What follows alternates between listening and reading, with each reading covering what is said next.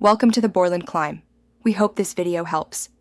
In this video, I will explain how to cook inside skirt steak. First, proper preparation is crucial for a tender and flavorful result. Begin by trimming any excess fat and silver skin from your skirt steak. Next, pound the steak evenly to about 1/4 inch thick. This helps break down tough fibers. Finally, marinate the steak for at least 30 minutes or up to 12 hours to infuse flavor and further tenderize the meat. Skirt steak cooks best with a hot and fast method.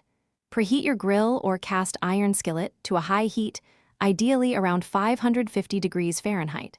Sear the steak for just 2 to 4 minutes per side to develop a delicious, flavorful crust. Remember, a very dry surface on the steak is essential for achieving that perfect sear, so pat it thoroughly with paper towels before cooking. For the most tender and juicy skirt steak, aim for a medium rare doneness. This means an internal temperature of 130 to 135 degrees Fahrenheit. Always use a reliable meat thermometer to ensure accuracy and avoid overcooking. Once cooked, transfer the steak to a cutting board and let it rest for 5 to 10 minutes.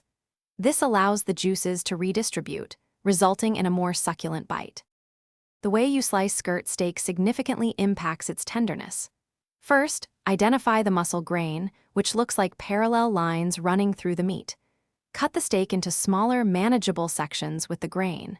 Then, rotate each section and slice thinly against the grain at about a 45-degree angle. This shortens the muscle fibers, making every bite incredibly tender and easy to chew. Thanks for watching. Consider subscribing if we helped you.